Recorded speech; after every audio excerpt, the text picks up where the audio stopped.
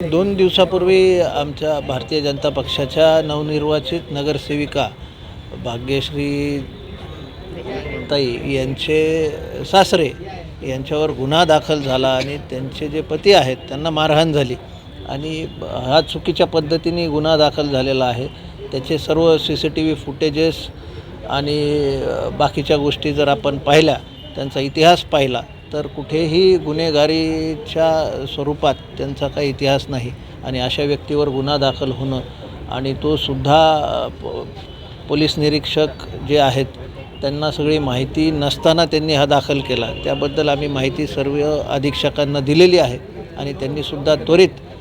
त्या आधारे phone calls करून या सगळ्या गोष्टीची व्यवस्थित पडताळणी होईल आणि यातून न्याय भेटेल असं आम्हाला आश्वस्त केलं आहे आणि त्यामुळं त्यांना निवेदन देऊन आम्ही सर्व भाजपचे पदाधिकारी आणि कार्यकर्ते या ठिकाणी आलो। त्यांचे नातेवाईक आलेले आहेत आणि ते सर्व परेशान होते गेले 3 ते 4 दिवस आणि आता त्यांना न्याय भेटेल अशी आमची अपेक्षा आहे। मागणी खोटे गुन्हे दाखल झालेले